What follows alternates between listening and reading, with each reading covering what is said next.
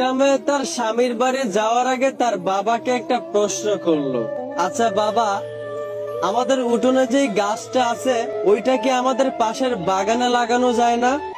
এই প্রশ্নের উত্তরে তার বাবা বলল, এই গাছটা 4 বছর পুরনো একটা গাছ, এখন যদি এটাকে অন্য একটা জায়গায় লাগানো হয় তাহলে সেটা নতুন মাটিতে মানিয়ে নিতে পারবে না, গাছটা মারা যাবে।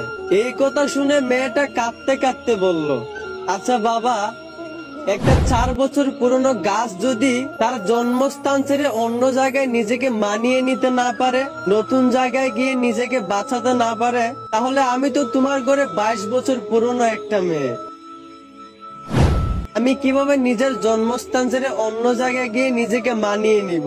আমি কিভাবে নতুন স্বামীর ঘরে গিয়ে নিজেকে বাঁচিয়ে রাখবো? আসলে আমরা ছেলেরা মেয়েদের জীবনটা যতটা সহজ মনে করি ততটাও সহজ না।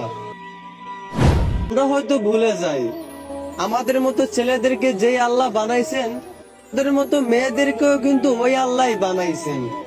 জীবন সহজ কারো জীবন কঠিন বাবা, এটা কিন্তু ঠিক না। নিজের জায়গার দিকে সবাই সমান। অন্যের জীবন সহজ ভাবার আগে একবার তার জায়গায় নিজেকে দাঁড় করেন, তাহলেই তার কষ্টটা, তার পরিস্থিতিটা আপনি বুঝতে পারবেন। আশা করি আমার কথাগুলো বুঝতে পারছেন। ধন্যবাদ। সাবস্ক্রাইব মাই ইউটিউব চ্যানেল কষ্টের কবি।